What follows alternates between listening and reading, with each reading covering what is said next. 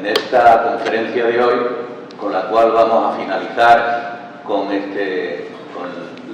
todo lo que hemos tenido para el trienio, hemos traído al trienio. Yo creo que podemos estar satisfechos en principio de haber conseguido. Yo creo que a nivel de España no ha habido una asociación ni ningún otro sitio donde se haya hecho tantos actos para conmemorar este trienio liberal. Está organizado, como sabrán ustedes, por el Club Liberal y por el excelentísimo Ayuntamiento de Málaga en su Departamento de Cultura, que aprovecho para disculpar a la concejala Noelia Losada, que no ha podido acompañarnos esta tarde por los distintos temas que tenía ya pendientes de realizar. Con nosotros colabora también la Asociación Torrijos 1831, la Asociación Teodoro Reding y, por supuesto, el CAC de Málaga. Y hoy nos toca una conferencia que nos va a impartir doña María Dolores Ramos Palomo, que va a tratar sobre la mujer del porvenir, Concepción Arenal, liberalismo, reformismo y derechos femeninos en la segunda mitad del siglo XIX. Nada más, muchas gracias, y a continuación le paso la palabra a don Jesús Pérez González. Hola, buenas tardes. Efectivamente, hoy cerramos el tercer ciclo de conmemoración del bicentenario del trienio liberal. Como ha dicho el presidente del Club Liberal, Rafael O'Donnell, solamente que conozcamos, y así nos lo han dicho algunos catedráticos que han participado en el ciclo, el Centro de Estudios Políticos y Constitucionales, junto con el Senado y la Presidencia de Gobierno, impulsado por Carmen Calvo, fueron los únicos que tenemos conocimiento de haber organizado unas jornadas, dos solamente jornadas, en conmemoración del trienio liberal.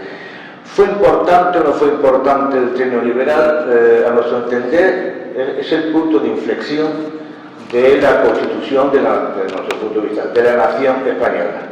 A partir de la Constitución de Cádiz, una Constitución que como texto normativo tiene sus defectos, por la rigidez de la separación de poderes, la soberanía, sin embargo, reconoce que está en la nación española.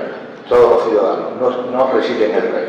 Esto se irá en las diferentes constituciones del siglo XIX, se irá repitiendo, y en el ala de compartir la soberanía, que sea compartida con el rey y no compartida, que sea de la nación española. Todo el siglo XIX, aquí tenemos nuestra experta, pues es el debate del punto de vista constitucional. Mientras tanto, a mí siempre me ha extrañado por qué intervienen tantos militares en el siglo XIX, todos los golpes, Narváez, Espartero, tal. Bueno, es que había tres guerras carlistas. Inevitablemente había que defenderse del carlismo. El carlismo tenía también sus posiciones, su ejército y sus oficiales, y la nación pues tenía también sus oficiales y su ejército. Esto para mí explica que a partir de como dice un texto de Carlos Marx en la Revolución en España, en la guerra de independencia el ejército cumple el papel de la nación, porque antes el ejército pertenecía al rey, al soldado del rey, pero a partir de la guerra de independencia ya es un ejército de la nación española. Bueno, es decir, que nosotros somos partidarios, no hace falta que repita mucho el tema, somos partidarios de efectivamente el trienio, y tuvo quizá el fallo del 7 de julio de 1822, como dice Pérez Galdós, en el enfrentamiento entre Fernando VII y las milicias nacionales, la Guardia Real y las milicias nacionales, que se hubiera decantado definitivamente por una expulsión, exilio de Fernando VII. Hubiera cambiado toda la historia de España. Pero en fin, esto es una distopía, ¿no? Nosotros, brevemente, antes de darle la palabra a Lola, y espero no aburriros, brevemente, nosotros iniciamos el ciclo, el primer año, en septiembre de 2020, con una conferencia de Antonio Nadal, Luego intervino también Esteban Gotti sobre el País Vasco, el liberalismo del País Vasco. John Valera, que hizo un recorrido de levantamiento de riego en las cabezas de San Juan, en el Coloso de San Juan. Y bueno, yo mismo, en cuanto a la imposibilidad de la reforma de la Constitución del 12 en el trienio liberal. Esto lo tuvimos que hacer, salvo la primera, que fue presencial, lo tuvimos que hacer por Zoom, o sea que era otra dificultad más. Sin embargo, tuvimos una asistencia media de unas 50 o 60 personas. Y como además lo hemos grabado y está en YouTube, en el canal de Club Liberal Málaga 1812, se ve que tiene numerosísimas visitas, ¿no? El segundo ciclo, el segundo año fue el liberalismo en la encrucijada. Carlos García Cárdenas habló de la prensa, la situación de la prensa, Enrique García Bulló sobre una constitución y un pueblo, Elvira Roca y Ramón Soler, acompañado de Luis El Salao a la guitarra y Bonera al cante flamenco, dieron una conferencia sobre el flamenco y liberalismo. Si vais a YouTube, tiene más de 15.000 visitas esa conferencia, los demás tenemos muchísimo menos, ¿no? Esteban Alcántara, de la Asociación Torrijos 1831, hizo una magnífica exposición de cuál fue el recorrido de la columna de riego desde enero hasta mayo, ¿no? Marzo-mayo, donde el general O'Donnell, antepasado de nuestro presidente, pasa de la obediencia absolutista al liberalismo y triunfa la Constitución del 12. Y por último, José María Lasalle dio una conferencia sobre el liberalismo hoy, un poco para enfocar si tiene sentido hoy hablar de la ideología liberal, del liberalismo. Por último, nos faltaba el tercer año, que era el que lo dividimos, el tercer ciclo, que lo dividimos en dos partes. Uno, las independencias americanas en el trienio. Como buenos españoles nos olvidamos de que en todo este proceso, si la Constitución del 12 decía que somos la nación de ambos hemisferios, pues nosotros nos olvidamos de que efectivamente es en el trienio donde se termina ese amplio proceso de independencia de las naciones americanas, hasta el punto en que la convocatoria de Cortes del trienio ya no se hace en América, en la España americana, aunque sí se hicieron para las Cortes de Cádiz, y se juraron las Cortes de Cádiz en América. Esto nos dio los pies para hacer dos bloques, uno que vino Carlos Malamud, del Instituto Elcano de Buenos Aires, Luis Castaño, de la Universidad de Medellín, y Mabel Chu, de la Universidad Jaime I. Y otro tema, de Castellón, y otro tema que se nos había pasado por alto es el papel de la mujer. Tuvo un papel la mujer, es necesario la especificidad de la intervención de la mujer, naturalmente que tuvo un papel, lógico, ¿no? Pero fue relevante, fue en el ámbito privado, fue en el ámbito público. Elena Fernández, de la Universidad Autónoma de Barcelona, habló de matronas, lanceras y patriotas, y efectivamente reconoció o dio la pista de que si no era un papel dominante en la escena política, la mujer no aparece como dominante, sí fue determinante, no solamente en las luchas, sino en las guerras, en las batallas, sino en todo el ámbito de preparar a la población. Era absolutamente lógico. Llegó a decir que cuando hay un movimiento revolucionario, si participa la mujer directamente, el poder se asusta, porque ya no es una escaramuza, ya es algo bastante más serio, es la mayoría de la población. Después nos habló Maricruz Romeo Mateo, de la Universidad de Valencia, sobre la mujer en el espacio público. Y habló de dos mujeres, la viuda de Torrijos y Juana Vega, la viuda de Espocimina, y cómo intervinieron en la escena pública. Porque sabéis que en ninguno de los dos procesos de Cortes, tanto en del 12 como en el trienio liberal, estaba prohibida la presencia de las mujeres en las discusiones de las Cortes. Esto es así de claro. Sin embargo, la mujer sí participó en tertulias, libros, periódicos y en diferentes actuaciones. Y por último tenemos aunque ya de la segunda mitad del siglo XIX, la intervención de Lola Ramos, María Dolores Ramos Palomo. Lola, para los amigos, doctora en Historia Contemporánea, catedrática de Historia Contemporánea de la Moderna y Contemporánea de la Universidad de Málaga. Ha obtenido, entre otros galardones, el Premio de Historia Social Díaz del Moral en 1986, el Premio Nacional Emilia Pardo Bazán en 1990, la Medalla de Oro del Ateneo de Málaga, el cual tuve la oportunidad, con aquella época yo era presidente de otorgarle la medalla, o de sugerir a la Junta de Gobierno que se la diera. Es director además de la colección Atenea, Estudios de Género de la UMA, de la Universidad de Málaga, editorial, y académica de mérito de la Academia Malagueña de Ciencias, especialista en Historia de las Mujeres y en Historia Sociocultural. Fundó el Seminario de Estudios Interdisciplinares de la Mujer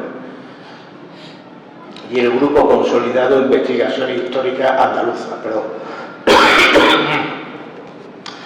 integrado por especialistas de universidades andaluzas, españolas y latinoamericanas, y la Asociación Española de Investigación Histórica de las Mujeres. Sus líneas de trabajo giran en la actualidad en torno a la relación entre ciudadanía y culturas políticas, el estudio de la biografía femenina en el marco de la nueva historia política y la memoria del exilio republicano de 1939. Entre sus últimas publicaciones destacan Mujeres Iberoamericanas y Derechos Humanos, Experiencias Feministas, Acción Política y Exilios, Biografías, Identidades y Representaciones Femeninas, Una cita con la historia, de Anselmo Lorenzo, Justo Vive, Episodio dramático social, primer testimonio de la literatura obrerista en España. Nos vas a hablar sobre Concepción Arenal. Bueno, sí te dejo, porque una persona, la verdad, también bastante desconocida por todos nosotros, y yo creo que es fundamental reivindicarla, no ya como mujer, sino por la labor social que inició y estuvo haciendo cerca de las cárceles, ¿no? Es como un antecedente de luego Victoria Kent, ¿no? Nos va a hablar sobre la mujer del porvenir, Concepción Arenal, liberalismo, reformismo y derecho femenino, en la segunda mitad del siglo XIX. Bueno, con esto daríamos por cerrado el tercer ciclo de la conmemoración del bicentenario del Ateneo Liberal. Cuando quieras, Lola. Pues muchísimas gracias, es un placer, es un honor. ¿Se escucha? Ahora abajo. Atrás. Atrás en verde. Ahora. Okay. Les decía muchísimas gracias. Es un honor, es un placer estar hoy aquí compartiendo la tarde o una parte de la tarde con ustedes. Obviamente eso no hubiera sido posible sin la invitación del Club Liberal 1812 de su presidente, que ha hablado en primer lugar, Rafael O'Donnell, y de, por supuesto, Pérez Lanza, Jesús Pérez Lanza, que acaba de pasarme ahora mismo el testigo y la palabra. Muchísimas gracias, y también al público, a todos ustedes que, bueno, pues a pesar de que es viernes y es un día, como todo el mundo sabe, de salidas y también de algunas compras, etcétera, pues han venido aquí a escucharme. Como ya se ha dicho, mi tema es un tema en el que, partiendo de una biografía que, como es lógico, no podré ir desgranando en su totalidad, sino parcialmente, la biografía de Concepción Arenal Ponte, una mujer nacida en Ferrol. Tienen ahí la imagen, es una imagen ya de madurez, una imagen que pienso que dice bastante de ella. Toda su vida fue una vida dedicada al estudio, a la reforma social, a la solución, que ella primero estudiaba el problema y luego intentaba darle solución al mismo de lo que en aquellos momentos se consideraban los males de España o los males de la patria, incidiendo, yo creo que esto es muy importante, en llenar de contenido el liberalismo político, con un programa de reformas sociales. Me he inclinado por poner esta fotografía, que es una fotografía adusta, donde se ve pues ya una mujer que prácticamente está al final de sus días. De hecho, el pintor que hizo este retrato al óleo lo llevó a cabo 2 años después de la muerte de Concepción Arenal. Arenal muere en 1893, él pinta en 1895 sobre una fotografía. Ha tomado como modelo el pintor pues nada más y nada menos que a Goya, cuando retrató a Jovellanos. Si bien es verdad la postura, si bien es verdad que el retrato de Jovellanos pues tiene una pizca de picardía y de alegría del que carece el personaje que en este caso pues vemos representado, ¿no? Ver la biografía de Concepción Arenal en el marco del liberalismo y su evolución a lo largo del siglo XIX, prácticamente desde 1820, que es el año en que ella viene al mundo, en el Ferrol, hasta 1893, que es cuando, como les he dicho, fallece, pues nos va a permitir efectivamente conocer, aunque sea desde la periferia, a las distintas familias liberales, las tensiones entre exaltados, entre el sector más moderado, los progresistas, y sobre todo nos va a permitir también ver esa lucha entre liberalismo globalmente considerado y absolutismo por otra, y cómo a lo largo del siglo XIX, sobre todo hasta 1833, la década de los 30, pues va a ser ahora me toca a mí y ahora yo te desplazo porque somos nosotros, somos los defensores del trono y el altar desde el punto de vista más conservador. También nos va a permitir, pienso, ver qué aporta Concepción Arenal, y como Concepción Arenal otras mujeres. Algunas han sido citadas ya por Jesús Pérez Lanzar, otras mujeres que forman parte de los clubes liberales, aunque sea desde los márgenes, que aportan para la construcción o la reconstrucción y el estudio del movimiento liberal español. Como les he dicho, perdón, me equivoco, ahí está. La primera parte de la conferencia pues, va a girar en torno a lo que yo denomino la forja de la pensadora humanista, la mujer madre, entendida como mujer madre en un sentido biológico, pero también la mujer madre social. Esto es muy importante, la madre, la mujer socializadora en costumbres, ideas, etcétera, y sobre todo la reformadora. El tercer aspecto considero yo que es uno de los más importantes y el que dota de contenido social al liberalismo político en España.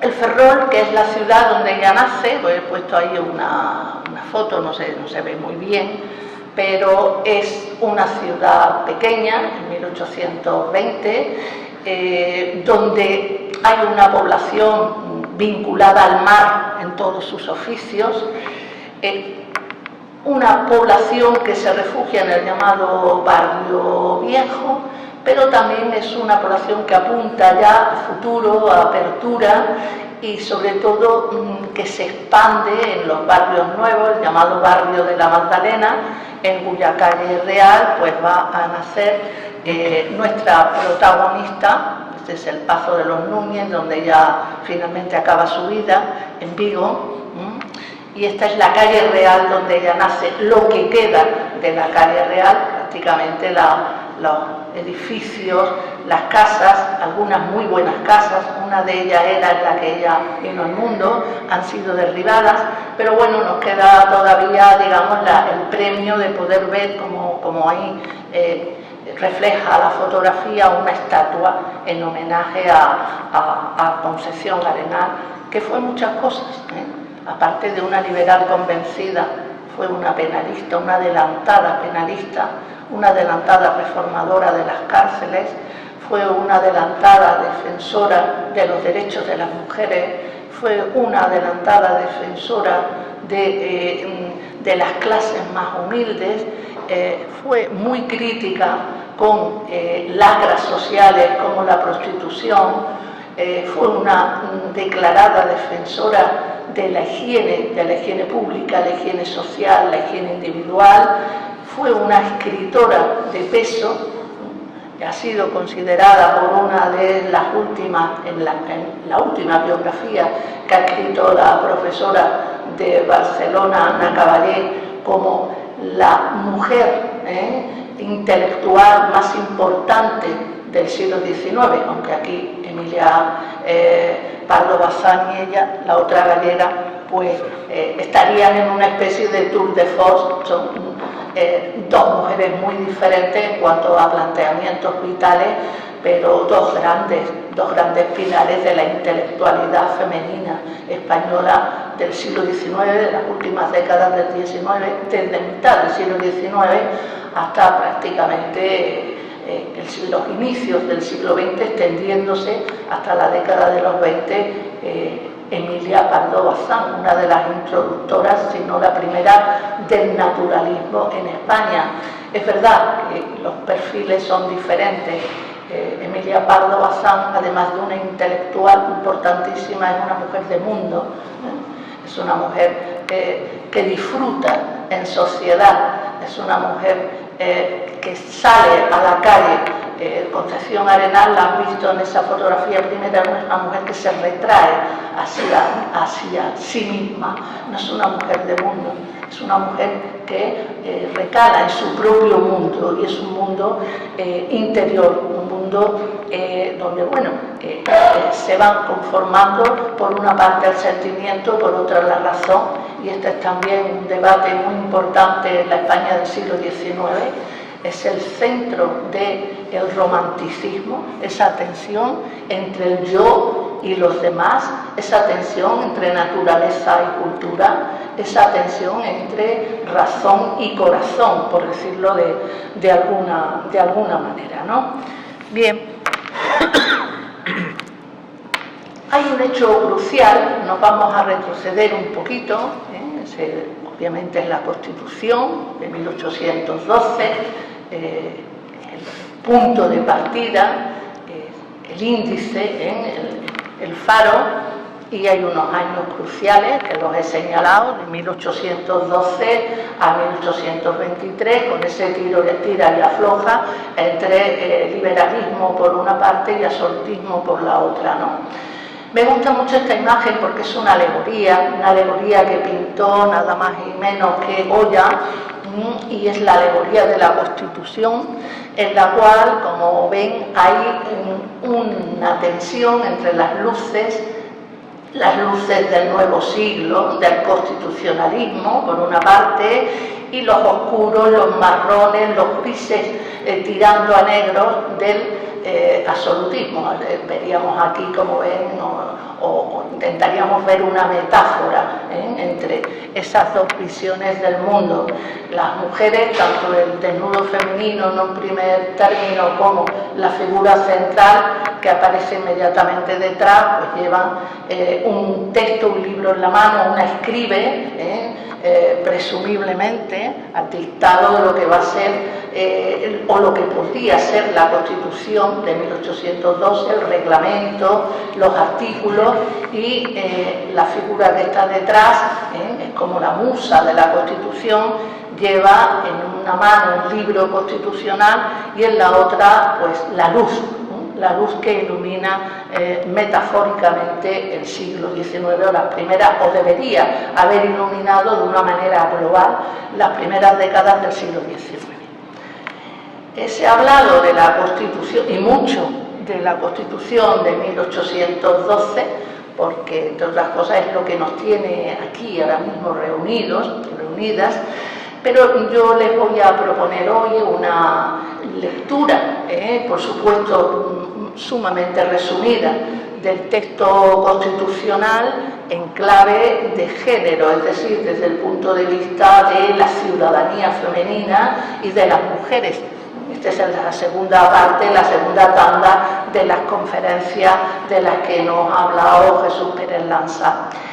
Y para ello quiero señalar que en España el texto constitucional en las Cortes no hubo un debate, como sí lo hubo en Francia, sobre la llamada cuestión femenina, cuál es el papel que debían jugar las mujeres en el nuevo orden político, en el nuevo orden sociocultural.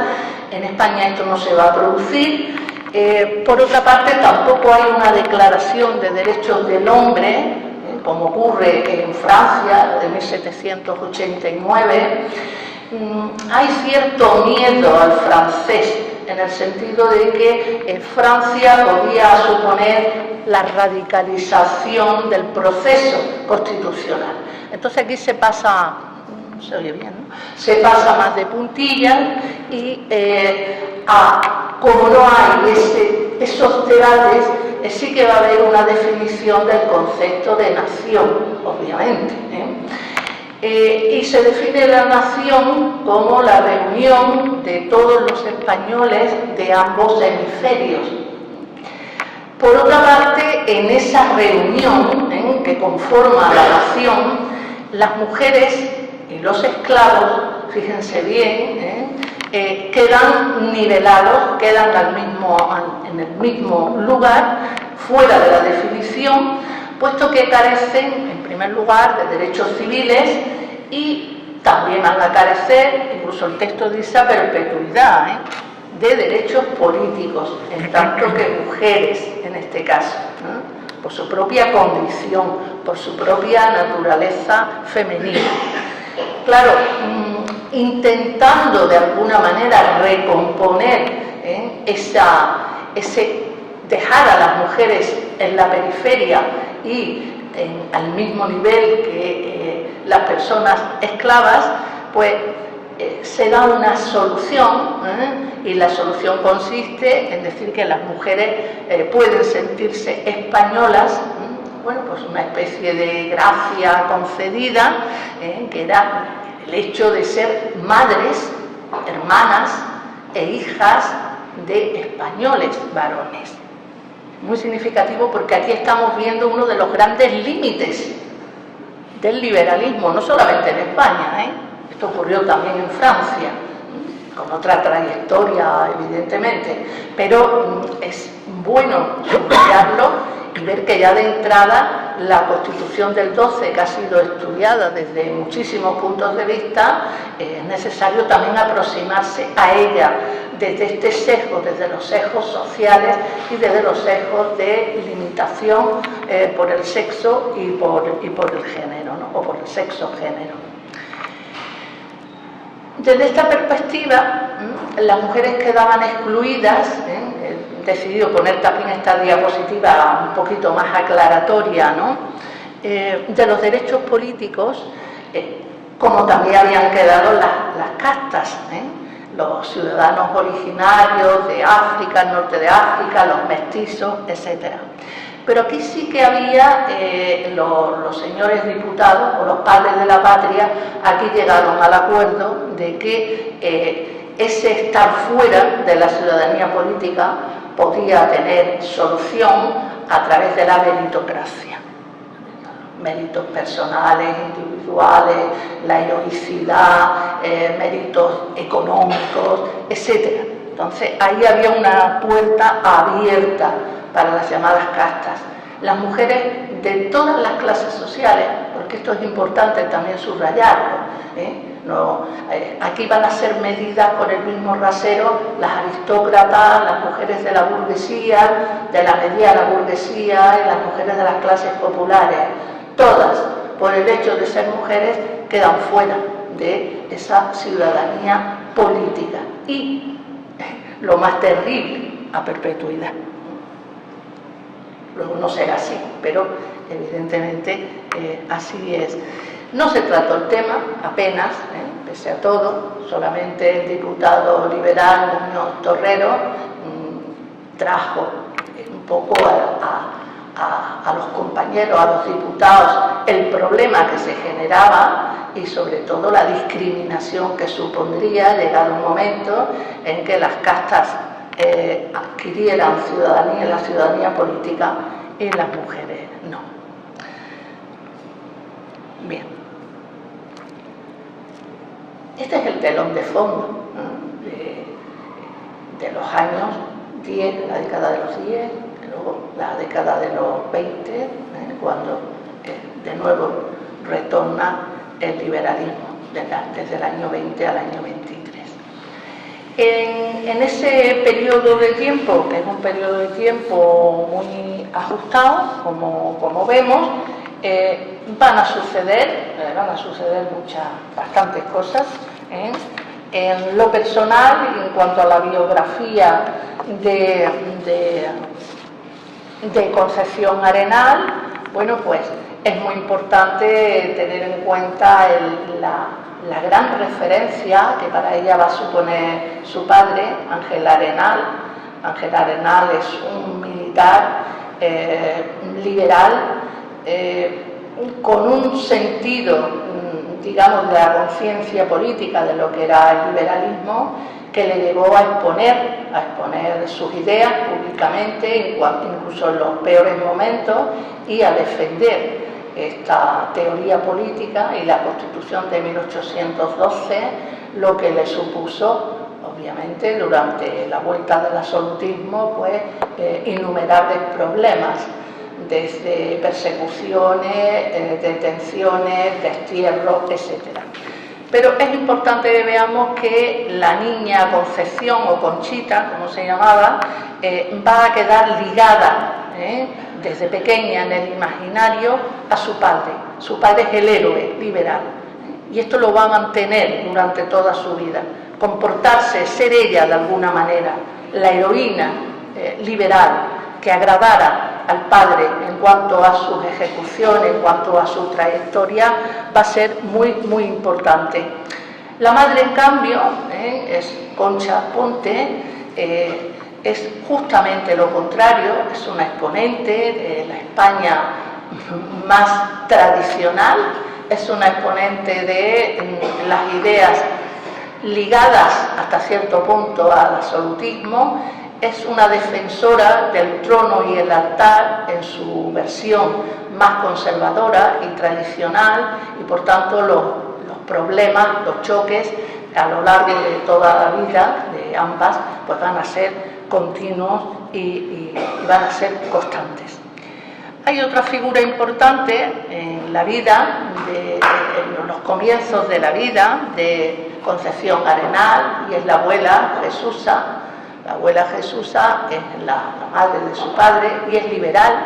Aquí tenemos otro caso de mujer mayor, liberal, que anima a su nieta, le cuenta historias de su padre, entre ellas tejen una serie de, muy pronto, de complicidades, leen juntas, hablan de los héroes del liberalismo. Es decir, va a ser también muy importante esta figura. Este es un pequeño, diríamos, enclave de casas llamado Armaño. Son varias casas, y aquí en Armaño padre, la abuela de Concepción Arenal, pues tienen una casa solariega que luego heredará Concepción por el mayorazgo. Ella, son 3 chicas y ella es la mayor, y ella va a heredar ese mayorazgo. Las he puesto porque indican muy bien esa confluencia entre naturaleza y cultura, entre razón y sentimiento, las altas montañas de Santander, el Valle del Potes, todo lo que son los picos de Europa. Estos van a ser los paisajes de la infancia, de la adolescencia de Concepción Arenal, y allí va a volver una y otra vez en diferentes momentos de su vida. Va a volver para respirar, va a volver para coger fuerzas, va a volver para en lo que ella entendía que podía ser incluso unos sentimientos panteístas, encontrar en la naturaleza la energía, la fuerza que le hiciera seguir hacia adelante y le hiciera vencer los conflictos, los problemas a los que tuvo que hacer frente a lo largo de una vida bastante dilatada, puesto que llegó hasta el año 1893, vivió más de 70 años, y no era la norma en aquellos tiempos. Este es otro momento importante, muy importante, porque implica ya un cambio definitivo, casi se puede decir, hacia el liberalismo. Es el momento en el que la reina Cristina concede la amnistía política, en virtud de la cual regresan a España miles de exiliados liberales que se encontraban en Francia y en Gran Bretaña, sobre todo. Al calor de esa amnistía política tan importante, con la que, entre otras cosas, Cristina quiere asegurar el trono de su hija Isabel, la futura Isabel II, frente a los partidarios de don Carlos, los carlistas. Digamos que esto va a ser fundamental también en la vida, en la trayectoria biográfica de Concepción Arenal, porque su madre decide dar el salto a Madrid. La madre era económicamente, tenía un peso económico importante. Cuando muere el marido, ellas no quedan, digamos, ni más ni menos en la indigencia. Era propietaria de 5 casas contiguas en el llamado hoy barrio de las Letras de Madrid, barrio céntrico, y decide dar el salto con sus hijas. Se da cuenta de que las niñas están creciendo en la naturaleza, salvajes, dice ella, dando grandes paseos, con un perro que las acompañaba, vistiendo ropas masculinas. Entonces decide dar el salto, entre otras cosas, porque quiere casar a sus hijas, las quiere casar, quiere entrar en el mercado matrimonial y tiene unas expectativas para ellas. Hay que tener en cuenta que en su familia hay aristócratas también, en las dos familias, pues son aristócratas de la parte del padre, de los Puesta. Entonces se teje enseguida una red de contactos sociales, una red de amistades para las chicas. Se busca un colegio apropiado, el colegio de señoritas, pero un colegio de señoritas en la que se imparte una educación de adorno, una educación de, un poquito de francés, unos dibujitos, un poquito de costura, etc. Esto le llamaba Emilia Pardo Bazán de versitos, pequeñeces, cositas, todo minúsculo, sin altura, sin esperanza, sin proyección. Es que ahí, irónicamente, digamos que lo borda doña Emilia al definir ese tipo de educación. Un tipo de educación que Concepción Arenal va a rechazar. Cuando está 2 o 3 años en ese colegio, tiene un primer enfrentamiento serio con su madre y le dice: esto no es, esto no es. Yo he leído mucho, ha leído mucho en las montañas cántabras, ha leído libros de derecho, ha leído libros de historia, ha leído libros de ciencia y entiende, identifica rápidamente que su futuro no va a pasar por ahí. Es uno de los grandes enfrentamientos a los que ya antes me he referido, de madre e hija.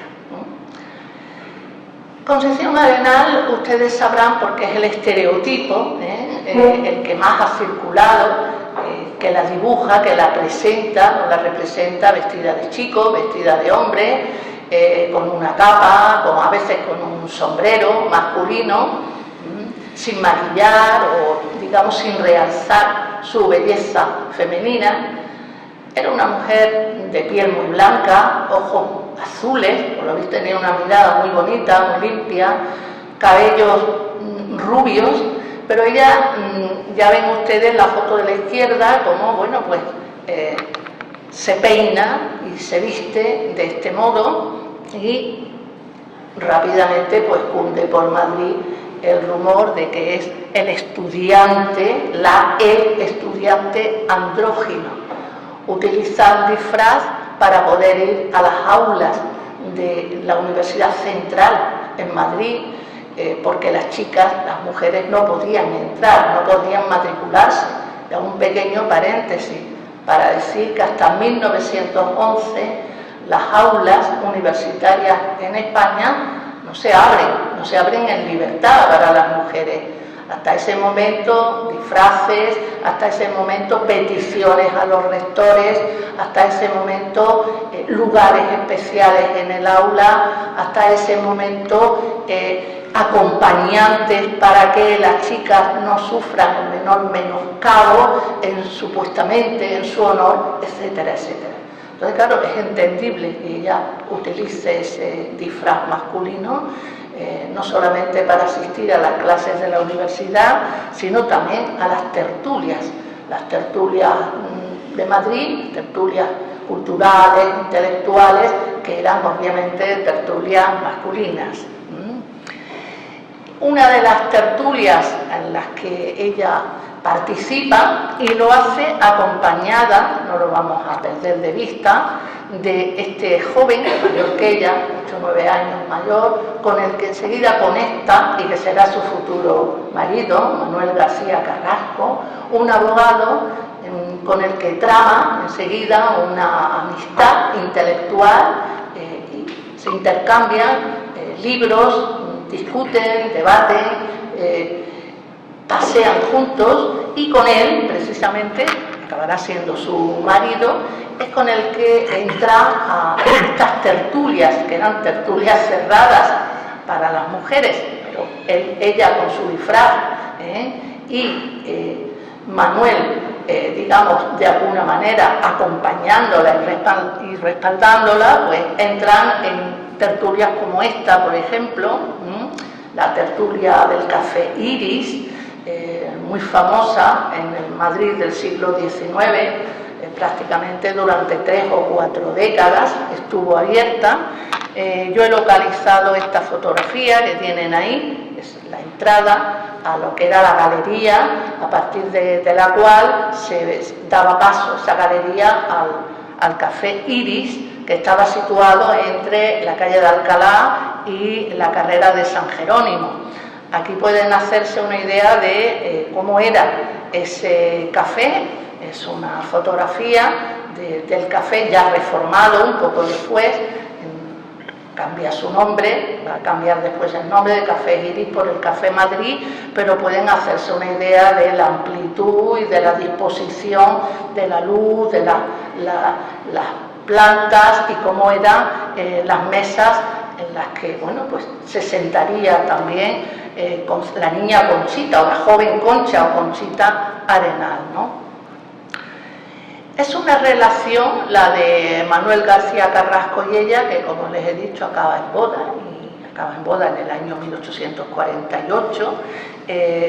Era el compañero ideal, en el sentido de que era una relación pasada por el tamiz de lo intelectual, no solamente de los afectos o de la atracción que pudiera existir entre ellos, sino que en la cuestión del debate, de la discusión de las ideas, ella buscaba un igual a partir de la diferencia, y él buscaba una igual a partir de la diferencia. No quería ser seducido por mujeres con tules, miriñaques, corpiños, bailes.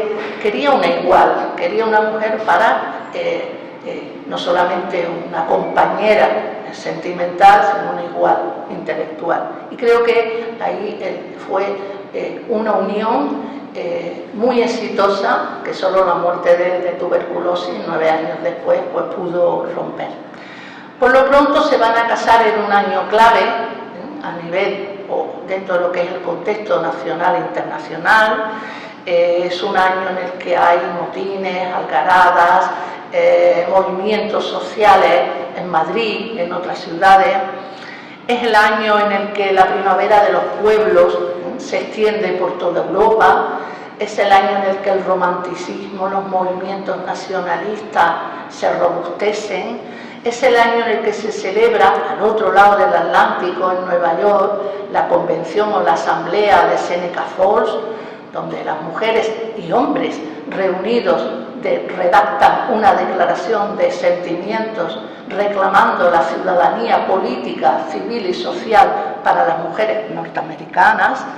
Es el año en el que empieza a circular el manifiesto comunista de Engels y más los padres del marxismo. Pues es un año clave. En ese año ellos contraen matrimonio y rápidamente empiezan a vincularse en la práctica a la vida periodística.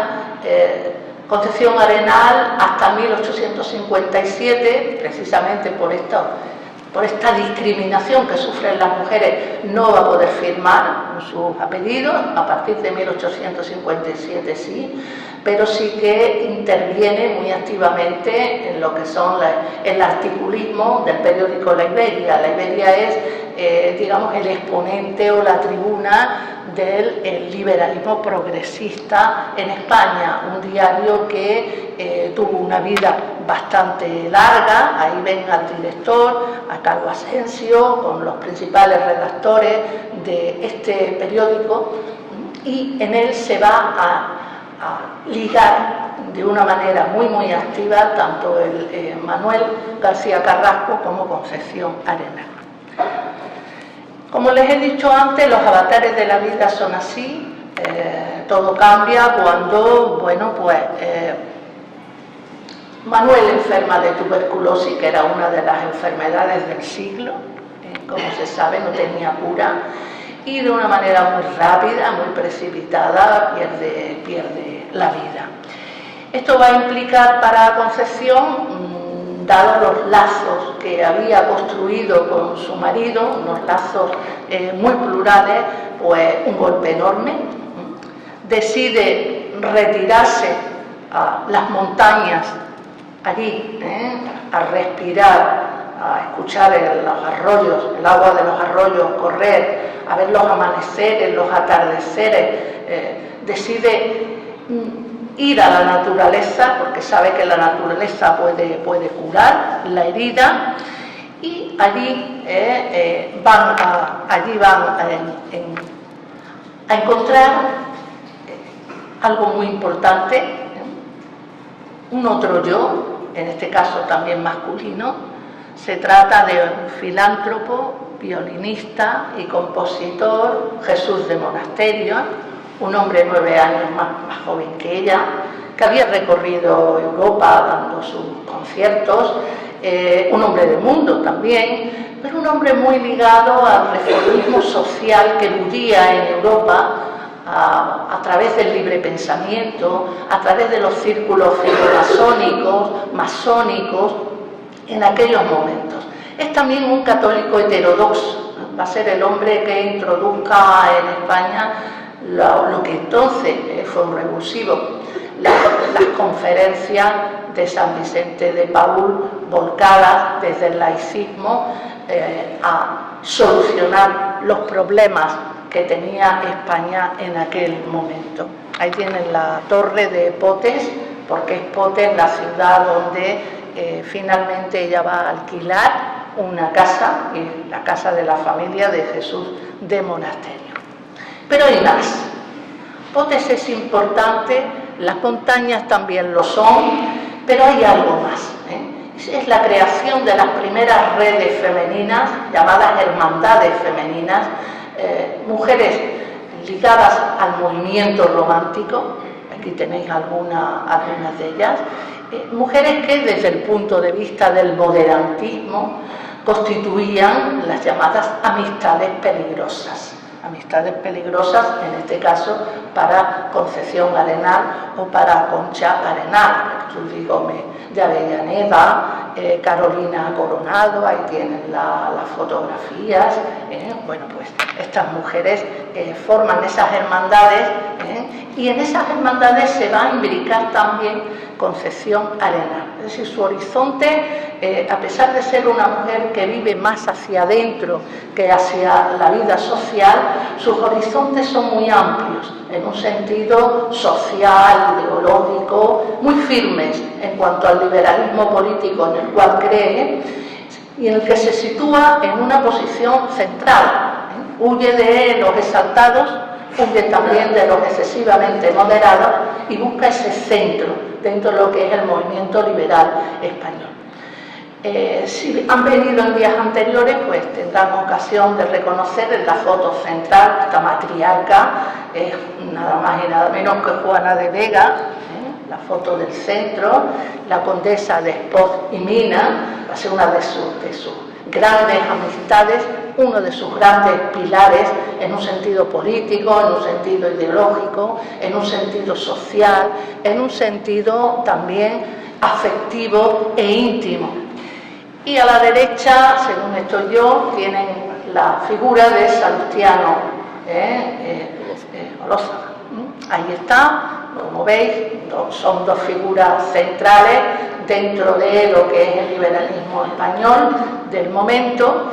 Y luego hay, como ven, a la izquierda dos mujeres togadas.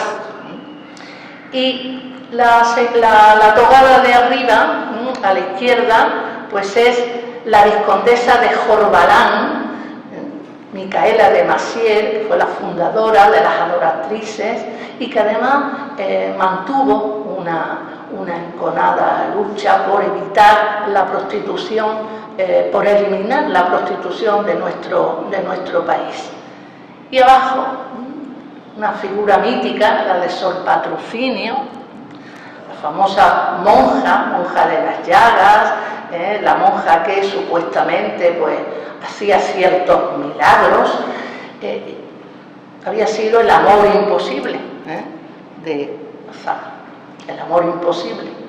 Pero bueno, ella tomó los hábitos, Dolores Quintana, y se convirtió en esta Sor Patrocinio, una mujer bellísima, incluso como ven con las togas se le ve unos rasgos realmente de mujer muy hermosa. Esto es lo que está rodeando, estas amistades peligrosas están rodeando a, entre comillas, claro está, están rodeando a Concepción Arenal, están incidiendo en lo que va a ser su biografía, están incidiendo en su visión del mundo, en su interpretación de las cosas, pero hay más. Y este es el grupo, en este caso los hombres, figuras como Gumersindo Azcárate, quienes lo tienen arriba, Fermín Caballero a la derecha, Fernando de Castro abajo a la izquierda y Federico de Ozanam, que es un católico, vamos, aquí le llamaban heterodoxo. Bueno, tenemos un grupo de librepensadores, por decirlo de una manera muy cortita, o sea, muy pronto. Tenemos un grupo de krausistas, un grupo de pensadores que darán pie en el futuro a la institución, algunos, a la institución libre de enseñanza. Son los amigos, hemos visto las amigas, son los amigos de Concepción Arenal.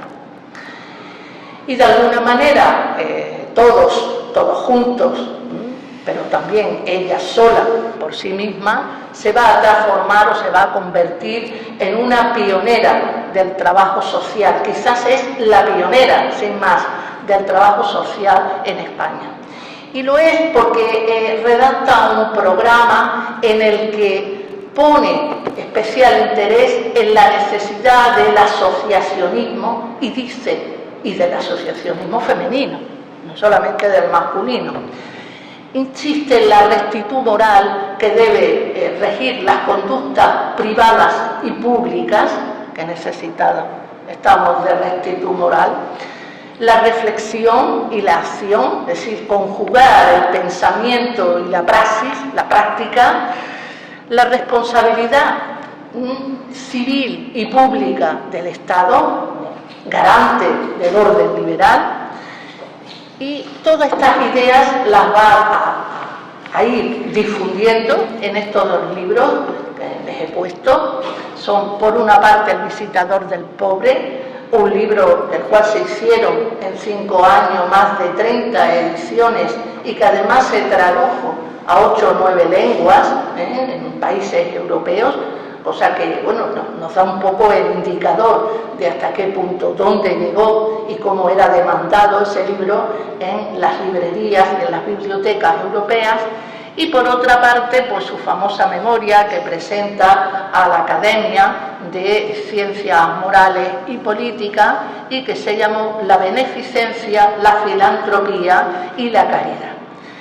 Es un libro en el que ella va a definir muy bien qué es cada cosa y va a atribuir a distintos sectores de la sociedad la beneficencia. Dice: la beneficencia ha de hacerla el Estado, no la Iglesia, el Estado.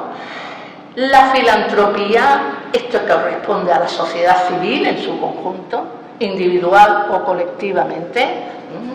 España necesitaba, y ella insiste en esto, filántropos y filántropas. Y la caridad, que era el reducto en el que la Iglesia debía participar, pero no como entendiendo la caridad como una mera limosna, sino entendiendo la caridad en un sentido activo, en un sentido de recomponer la sociedad española en lo que eran los eslabones más débiles de la cadena. Esto, en definitiva, es digamos, las ideas centrales de ese libro por el que obtuvo el premio de la Academia. Pero ella insistía: la caridad no basta. Sabía que la Iglesia durante muchísimo tiempo pues, había ejercido esta caridad, pero esta caridad entendida en el sentido limosnero. Insiste en que es necesario, y que la Iglesia también se implique, la sociedad civil, el Estado y la Iglesia, en una reforma del sistema penitenciario que luego llevará a cabo Victoria Kent, nuestra malagueña, en los años 30, en los años de la República, en la modernización de las cárceles, otro de los puntos de batalla de la Kent, la reforma del Código Penal absolutamente obsoleto, de 1848, la apertura de hospitales, de hospicios, de colegios, a cargo del Estado. Esto es importante en el momento en que ella lo está reivindicando. Esto luego será uno de los grandes puntos del estado de bienestar, de la sociedad de estados de bienestar. Pero fijaros, o fíjense que ella esto lo está reclamando a la mitad del siglo XIX, en la década de los 60. Se está adelantando 70 años por lo menos a lo que luego van a ser los primeros estados de bienestar en los países nórdicos y en Gran Bretaña después de la Primera Guerra Mundial.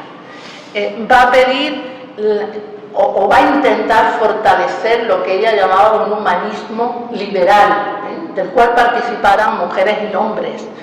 Fortalecer la sociedad civil, que sigue siendo un objetivo, un reto en esta España del 2022, y la publicística, porque entendía que las tribunas públicas, entendía que la prensa, el cuarto, quinto, el poder, era muy importante, y ella lo ve con claridad también 60, 70, un siglo antes de que la prensa se convirtiera en el cuarto poder, ¿vale? Llegamos entonces, no les quiero cansar, a la tercera parte de esta charla, de esta conferencia, en la cual sí abordamos ya los rasgos de esta mujer del porvenir, en la que ella creía. La mujer del porvenir es un librito, una síntesis de ideas, y esto es muy difícil. Decir tanto en muy pocas páginas es muy difícil. Que ve la luz, que lo redacta en 1861, aunque luego verá la luz un poco más tarde, ¿no? Está considerado un clásico. Si nosotros miramos ahora hacia atrás, sabemos que es un clásico de la literatura, de la emancipación de las mujeres. Es un clásico de la literatura sobre los derechos femeninos. Es un clásico, en fin, del feminismo en nuestro país, o de los feminismos en plural, porque hay varios feminismos, ahí no entraremos ahora. En este libro ella se centra en una de las grandes cuestiones que tenía planteado España ya en el último tercio del siglo XIX, es la cuestión femenina. Aquella pregunta, ¿qué hacer con las mujeres? ¿Qué hacen las mujeres? Que luego se la va a formular Freud en el cruce del siglo XIX al XX. ¿Qué hacen las mujeres? ¿Qué hacemos las mujeres? La cuestión sexual, la cuestión, etcétera. Pero ella está adelantando esta cuestión de las mujeres. Al mismo tiempo que ahí ya se está entreviendo una cuestión nacional, una cuestión nacionalista, vista en plural, al mismo tiempo que la cuestión social toma espacio en la sociedad española, porque tiene muchísimo sangra, digamos, por muchos lugares, ¿no? Pues bien, la cuestión femenina que ella analiza lo va a hacer en una introducción, 12 capítulos y unas conclusiones. Y el librito no tiene más de 150 páginas, no más. Y un clásico, un librito para tener en la mesita de noche y consultar de vez en cuando. En ese librito, Arenal va a defender cosas que hoy no nos sorprenden, pero en aquella época era, digamos, un adelanto total. La necesidad de que las mujeres tienen la misma capacidad o las mismas capacidades laborales que los hombres, siempre y cuando tengan la formación adecuada. Entonces ponía el acento en eso. La mujer no es inferior al hombre, no lo es, pero claro, tiene que asistir a la escuela, tiene que tener una formación, tiene que estar debidamente adecuada, formada para ejercer un oficio, una profesión, etcétera, ¿no? No pone, y esto también es importante porque está adelantando muchos pasos, no pone pegas para el ejercicio de la capacidad laboral de las mujeres casadas. Esto es muy raro, porque normalmente esa capacidad laboral se le otorgaba o se le daba o la conquistaban las solteras. ¿Por qué? Las solteras están libres de cargas porque no tienen responsabilidades familiares, porque no tienen que compaginar la esfera pública y la esfera privada, porque no tienen que atender a la ética del cuidado. Normalmente la mujer casada lleva sobre sus espaldas la ética del cuidado, y a veces las que se introducían en los espacios públicos, la llamada ética de la justicia, la ética del poder, la ética política propiamente dicha, ¿no? Insiste, claro, esto es también lógico, en resaltar los roles y los oficios de las mujeres solteras. No condena a las casadas, pero sin embargo resalta el papel, el rol que pueden desempeñar las solteras en la economía, en la vida cultural, en la vida social, incluso en la transmisión de lo que ella llamaba la ética, que tan importante el lugar ocupaba en su pensamiento. Insiste también poniendo muchísimos ejemplos históricos. Ella retrocede en la historia para ponernos ejemplos de la alta capacidad o incidencia moral que han tenido las mujeres en la historia, muchas veces en los espacios privados, y trasladando luego esa bondad, vamos a decirlo así, o esa capacidad de mediación, ese espíritu pacificador, esa buena administración desde lo privado a lo público. Es importantísimo, ¿no? Por eso, desde su visión particular, las mujeres ocupan un papel importantísimo en lo que era la paz, la reivindicación de la paz y las prácticas sociales por la paz, por la concordia, por el acuerdo entre, o el consenso todo eran elementos en los que ella insiste muchísimo y nos expresa también ahí unas ideas muy adelantadas, ¿no? Y por último, pues rechaza totalmente todos los argumentos, que eran muchos en aquellos momentos, a favor de la discriminación femenina, basándose en una supuesta inferioridad, que era una inferioridad física, una inferioridad supuestamente intelectual, una debilidad sentimental de las mujeres. En ese librito, en esas apretadísimas 150 páginas, pues ella va de alguna manera hilando todas estas ideas, todo este pensamiento que es sumamente moderno. Por eso insisto, esto era muy moderno. Ahora lo escuchamos bien, pero esto en aquella época era más que moderno, rompedor. Rompía esquemas, absolutamente. Yo me he traído algunas ediciones del libro para mostrar que es un clásico dentro de esta temática.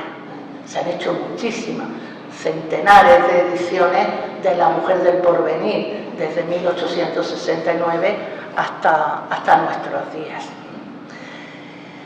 Y es un clásico porque consideramos clásico el libro al que siempre se vuelve y que siempre nos responde con algo nuevo, con algo que nos puede sorprender.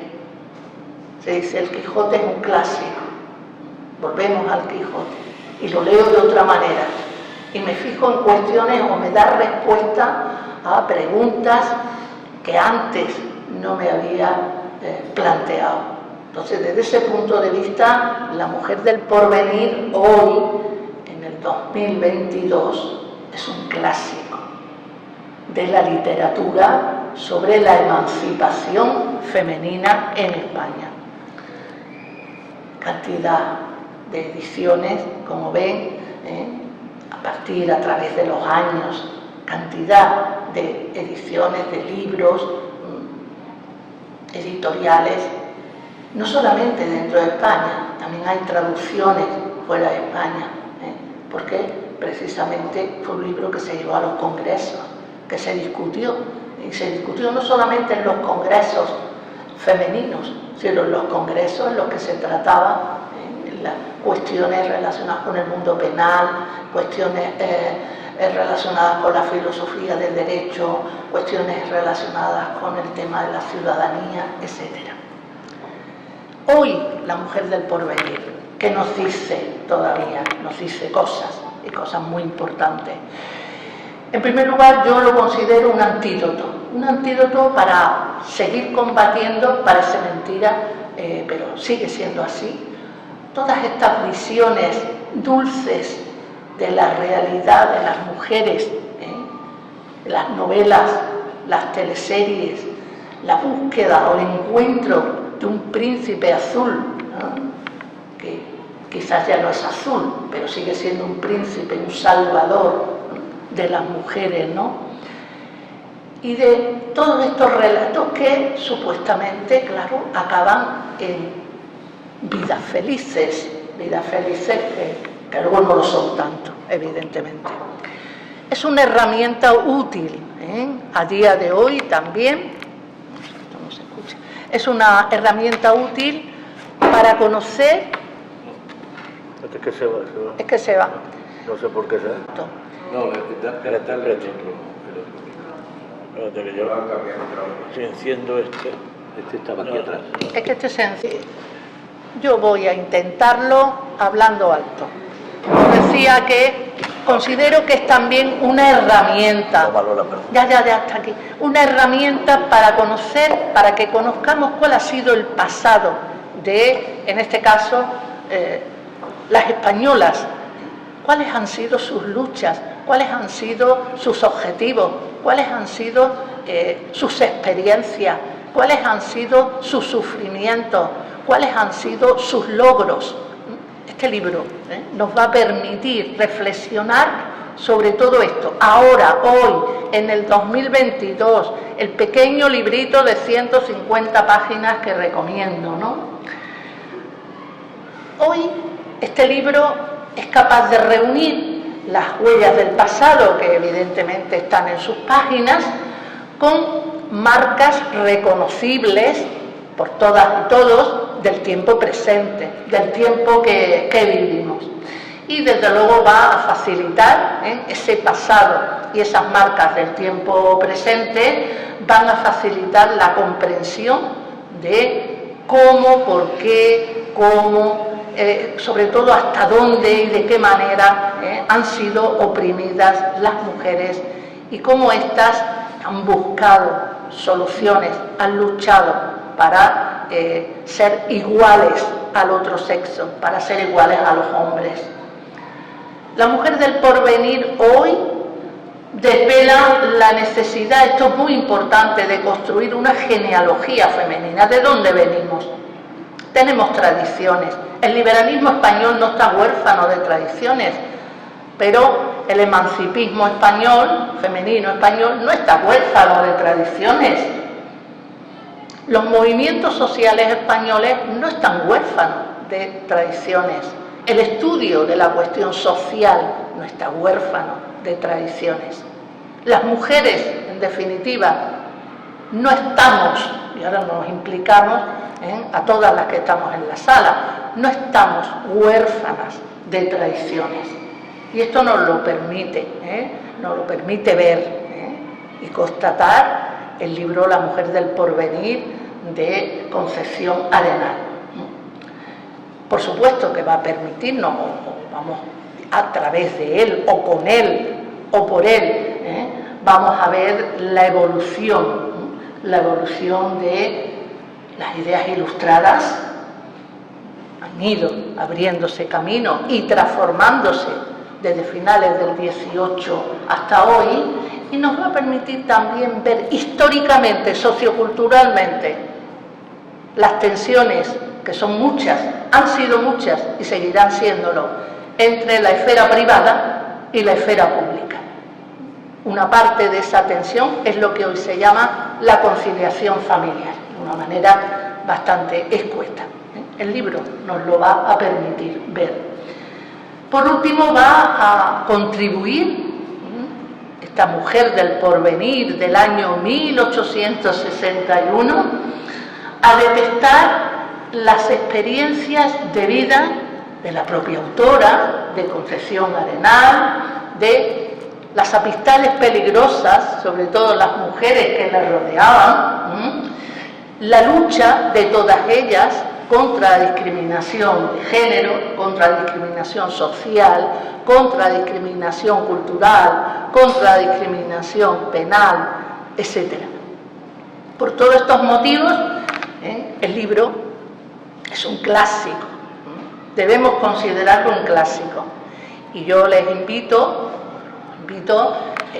a consultarlo, a comprarlo, a ir a las bibliotecas y pedirlos y leerlos.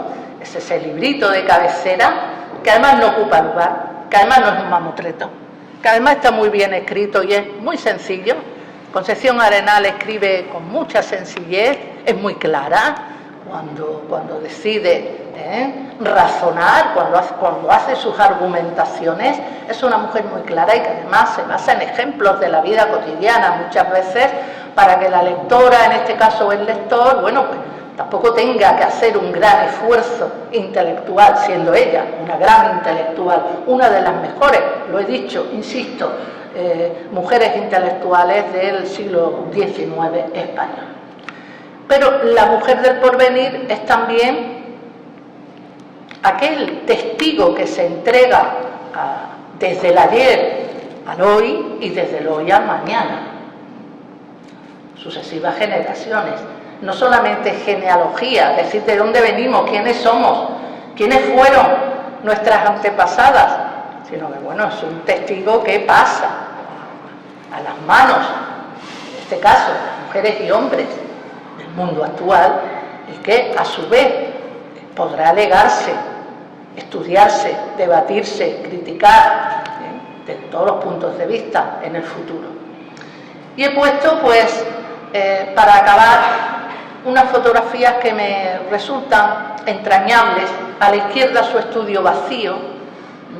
Ese estudio, una vez que ella ha fallecido, hubo quien hizo esa foto en Vigo. Ahí está hasta su cesto de costura. Fíjense, están los libros, el escritorio y abajo hay un cestito que es su cesto de costura.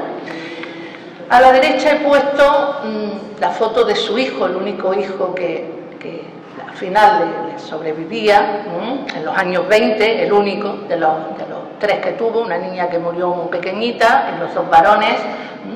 Este es Fernando García Arenal, ingeniero, uno de los primeros grandes ingenieros en los años 20, dentro de esa élite, esa nueva élite social que constituyen las nuevas profesiones, y entre ellas las profesiones de éxito como la ingeniería, con su mujer, Cristina Winter.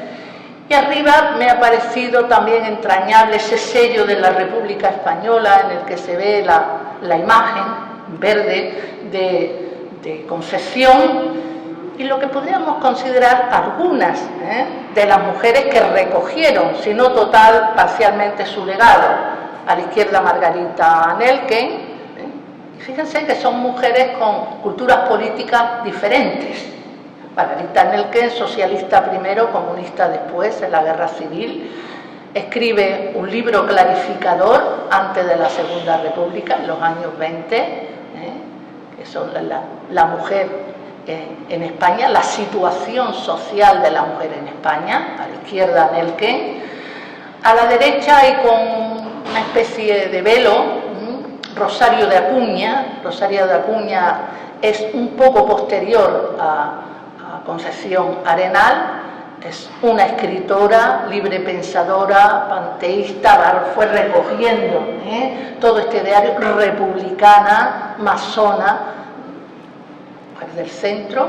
Y luego a la derecha, bueno, la conocemos, y en Málaga más, Victoria Kenciano, republicana, también igual que Rosario de Acuña, republicana, como bien saben, y primera directora de prisiones en España en los años 30, cuando llega el nuevo régimen republicano, y es quizá el lazo más directo porque conecta dentro de lo que es la reforma del sistema penitenciario con las ideas, con la teoría, con la práctica incluso que en su momento había llevado a cabo Concepción Arenal. De alguna manera es la que va a materializar una parte de las ideas arenalianas, y al mismo tiempo ella va a poner de su propia cosecha. Ha pasado el tiempo.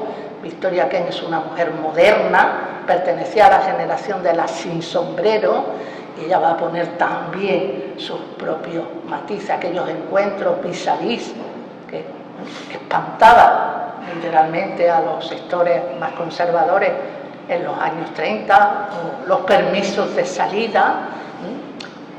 Pero esto se había gestado, aquí encontramos esa huella, la huella de doña Concepción Arenal.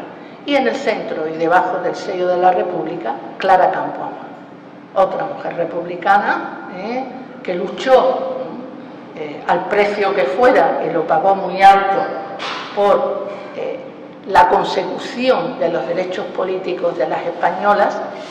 Escribe un libro que no sé si han leído, Mi pecado mortal, el voto femenino y yo, en el que analiza las consecuencias que en términos políticos una muerte súbita, dice ella, como ahora cuando hablamos de tenis, tuvo en lo que era su trayectoria política. Pero todas ellas podríamos considerarlas, entre comillas, hijas sociales, políticas, aunque las culturas no son exactamente las mismas, de doña Concepción Arenal. Pues con esto les agradezco muchísimo su presencia en este viernes, les agradezco mucho su atención y ¿qué más les puedo decir? Gracias.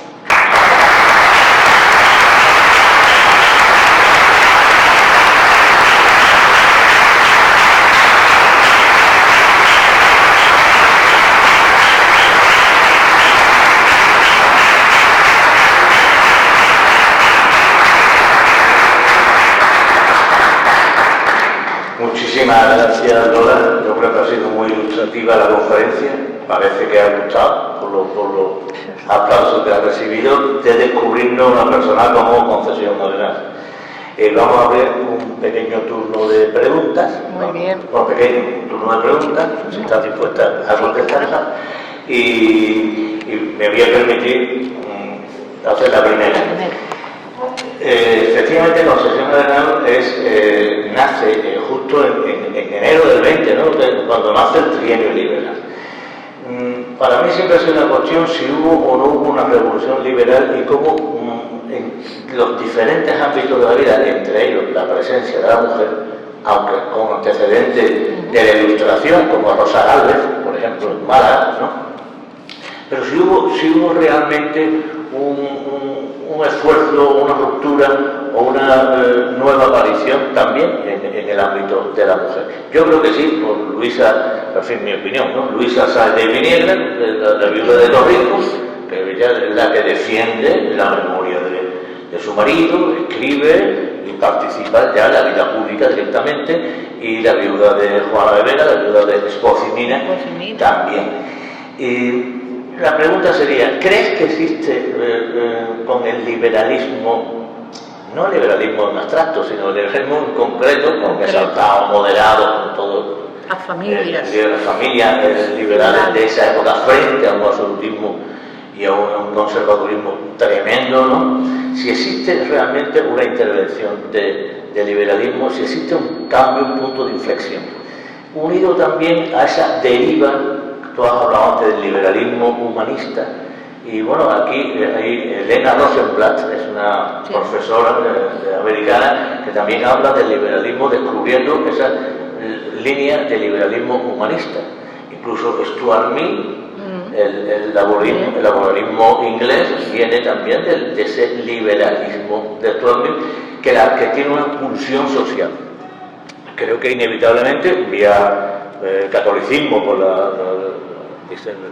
Vicente de Paul, ¿no? San Vicente de Paul, ¿no? Las conferencias. O vía de Acción Católica, o vía, digamos, se incorpora esa pulsión social del liberalismo. O sea, serían estas dos cuestiones. Primero, si existe un punto de inflexión, y segundo, si ves que tiene esa deriva el liberalismo con ese reformismo social.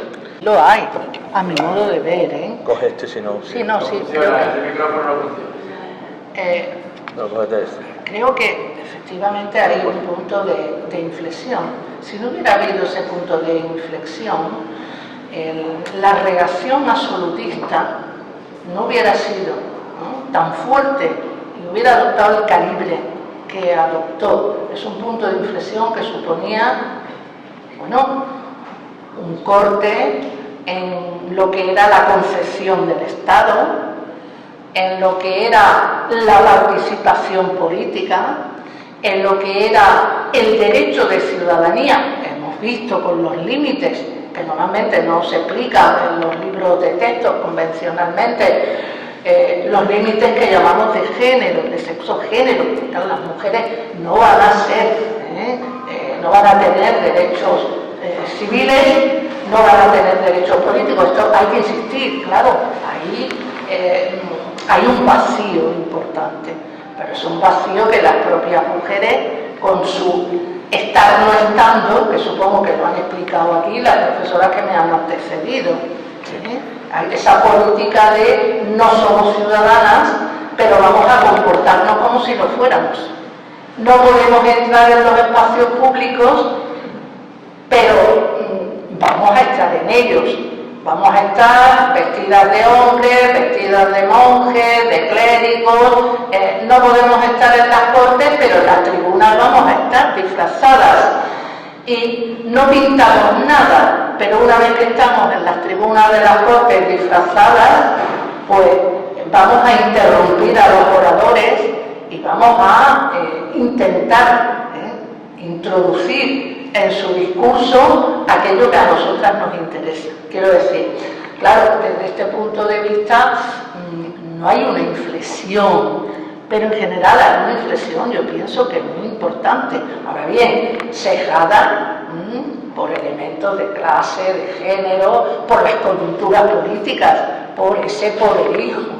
por esa astucia de Fernando, por ese poderío del absolutismo, por ese aquí estamos, por esa represión feroz, y aprovecho para sacar a la luz la figura de Mariano Pineda, Claro. que fue en un momento dado la figura que cuando me plantearon dar la charla o la conferencia, me sintió saqué Mariana Pineda, ¿vale?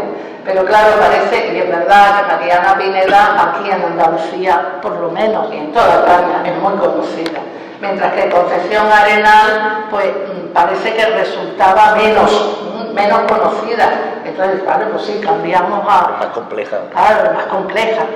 Cambiamos a una heroína por otra, en cierto modo, ¿no? Otra mujer. Y bueno, eso es... claro que a mi modo de ver sí que hay inflexión, pero hay muchos problemas. Claro. Hay esa tensión entre el pasado, lo que entra, hay una tensión entre los propios liberales, las familias liberales, como la hay ahora en la propia izquierda. Es decir, esto nunca beneficia en términos de progreso, en términos de avance, esos debates. Muchas veces debates que no tienen mayor razón de ser, salvo a quién se ve más en el escenario, ¿no? O quién habla más, o quién... Pero bueno, en general, a mi modo de ver, sí que hay un punto. Ahora, ese punto de inflexión pues, se pone en sordina más de una vez, y hay unos retrocesos también bastante claros. Desde el punto de vista económico y comercial, por supuesto. Por supuesto. La segunda parte no me acuerdo qué era, la segunda Bueno, parte. me preguntaba sobre si hay un liberalismo que deriva hacia un reformismo social, un liberalismo Ahí la humanista. figura, lo he intentado, no sé si lo he conseguido. Ahí la figura de Concepción Arenal es clave. Es la que llena de alguna manera con sus libros, con sus programas, con su teorización sobre lo que debe ser la reforma social, llena el tejido político liberal, lo llena, le da un sentido de clase y de género. Y las mujeres y los reos, que se oponen, por favor. Este estrangulado, llevar a la picota al reo delante de una plaza llena de gente que están comiendo, que están vitoreando, esto es inhumano. Entonces el liberalismo humanista va también por ahí. Hay todo un ejercicio de armonía, de tolerancia, que a lo mejor puede parecer utópico, también es cierto, pero va por ahí. Bueno, no, el camino es el camino es el consenso, el camino es el diálogo, el camino es mediar para evitar los pequeños conflictos. El camino es la dignidad del ser humano, hombres y mujeres. Yo creo que en esto es realmente extraordinaria, cierto, que ella es una católica rara porque no es la católica convencional. Y ella, claro, cuando Monasterio trae la conferencia de Paul, dice ella, pues yo voy a hacer lo mismo pero con las mujeres, en potes, y lo hace, y crea las conferencias de Paul femeninas. Por cierto que cuando las convoca a las mujeres hay una frase que chocó mucho y que los moderados le decían, estas son las amistades peligrosas de Doña Concha. Cuando dice salud, os convoco, y acaba, en vez de decir otra cosa, dice mucha salud a todas. Entonces eso resultaba extraordinariamente chocante en el contexto de la época y por supuesto en los espacios conservadores y moderados. ¿Esto de qué es? De dedicar salud al resto de las mujeres, ¿no? Estas son, se está desviando, ya se está desviando Doña Concha o Doña Concepción. Es que claro, tiene amigos y amigas peligrosos. Las amistades peligrosas, ¿no? Si hay más preguntas. Muy tarde ya, supongo. Ni siquiera para la pregunta. Te van a dar el micrófono, sí. perdón. Haciendo un poquito de historia comparada. a otros países, Sí. Concepción Arenal está muy influenciada, tiene mucha influencia extranjera, o ella parte de una tradición, como hablaba usted antes, española, que ha ido evolucionando, o que va a ir evolucionando en parte gracias a ella. Y si estábamos muy atrasados en relación a los países punteros, en relación a la mujer, o al papel de la mujer y sociológica. Claro, es una pregunta que yo, por sintetizar, esto no lo he tocado, pero es muy buena pregunta. Porque, a ver, Fundación Arenal no salió nunca de España. No salió nunca de España. Pero, sin embargo, se carteaba con media Europa. Y estaba presente en los principales congresos penalistas, abolicionistas, femeninos, como enviando sus ponencias. A ella la invitaban y ella decía, yo no voy, pero ahí tenéis el texto. El texto luego se publicaba.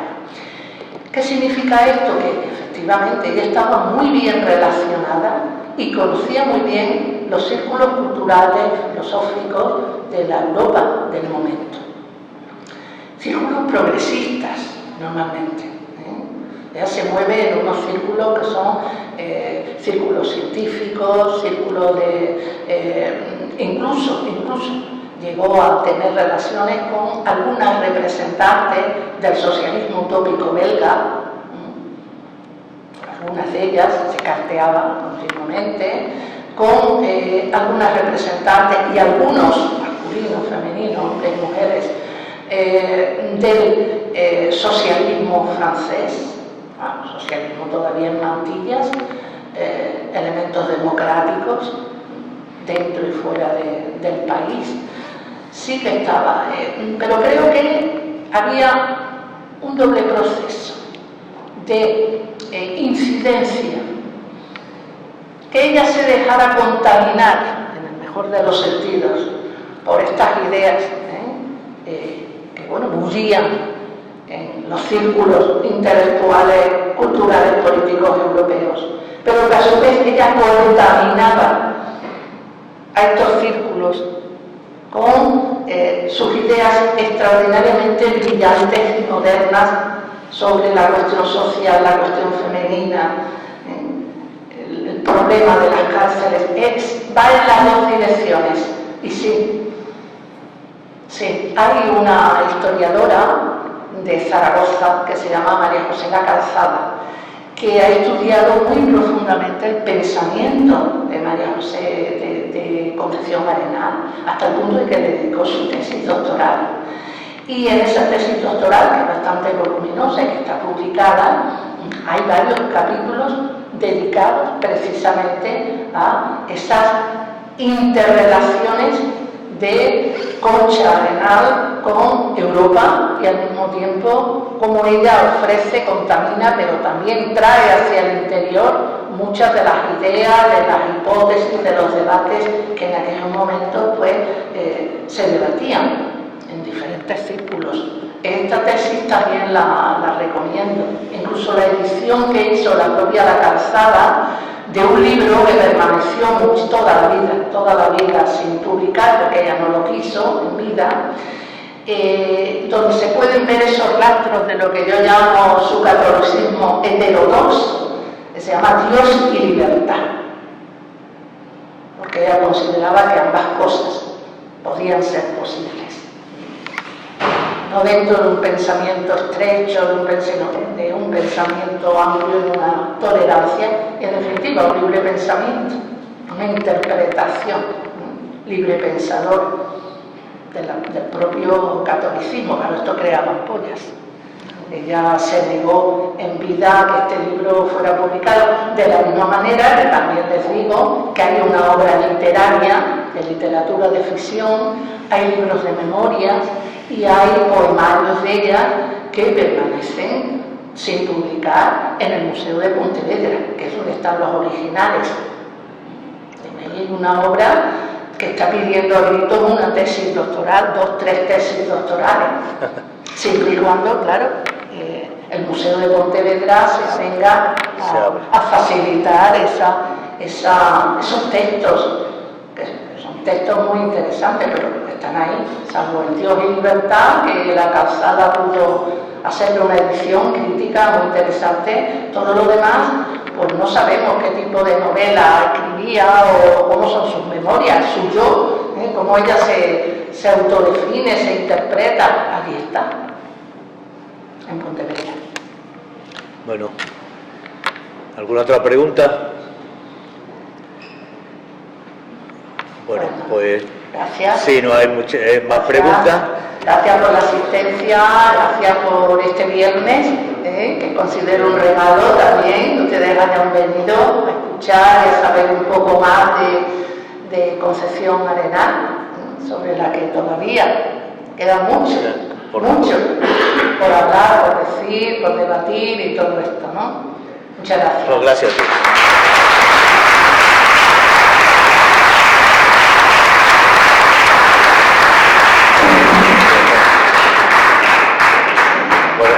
Con esta conferencia ya cerramos el ciclo del Bicentenario, recordando que en el canal del Club Liberal 1812 están todas las conferencias, que han sido 16 en total. Y un recuerdo para María Montiel, que no ha podido venir, que es una coordinadora excelente que hemos tenido. Muchísimas gracias a todos, muchas gracias, Lola. Nada.